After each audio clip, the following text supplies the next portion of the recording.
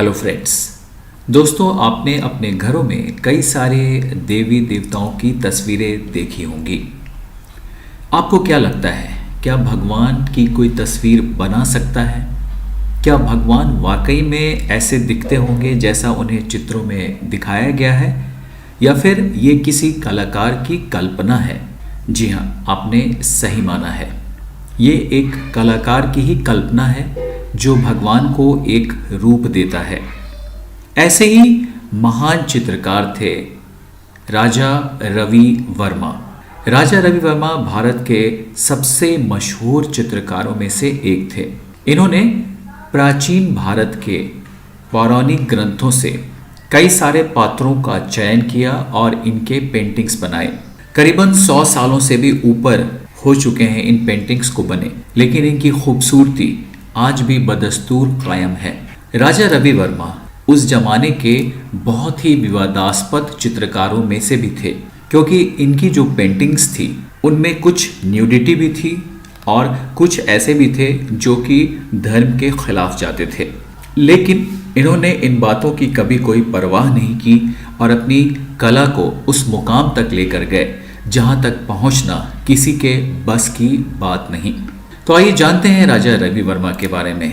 कौन थे ये और इन्होंने अपने जीवन काल में क्या कुछ किया? तो देवी देवताओं को घर घर पहुंचाने का काम जिस पेंटर ने किया है वो हैं राजा रवि वर्मा।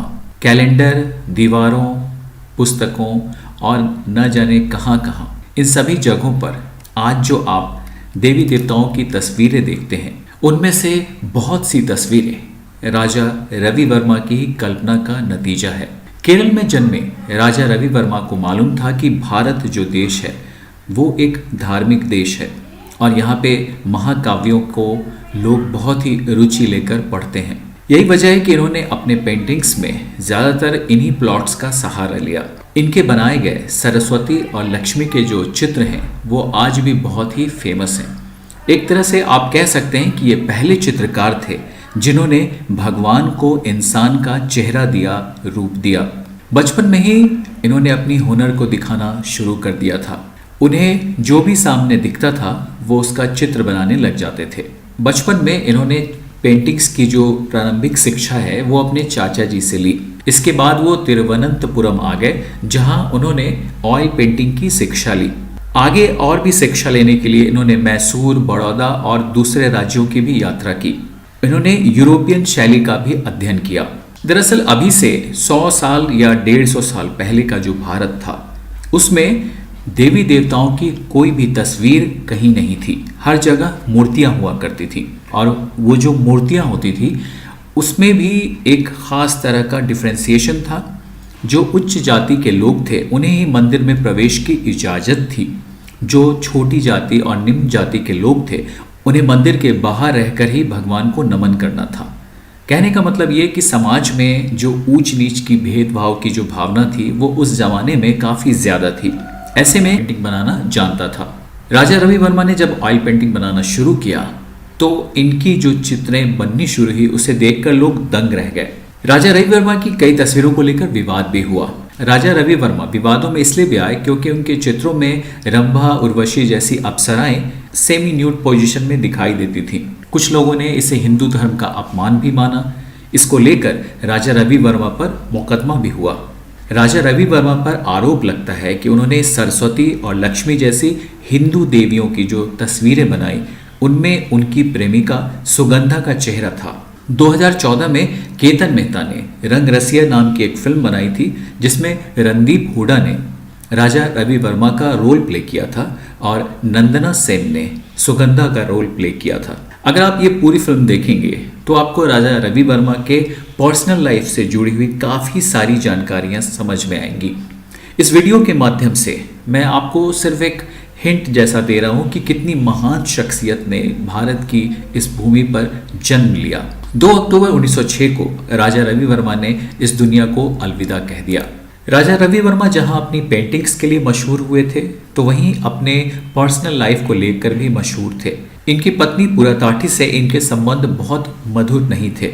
इनके कई दूसरे स्त्रियों के साथ भी संबंध होने की बातें कही जाती हैं। साथ ही जब ये बम्बई में आए तो इन्हें इनकी प्रेमिका सुगंधा मिली, जहां इन्होंने सुगंधा के चेहरे में ऐसी कुछ खास बातें देखी कि इन्होंने सुगंधा की पेंटिंग्स बनाई और इन्हीं पेंटिंग्स में इन्होंने सरस्वती और लक्ष्मी का भी चित्र उकेरा।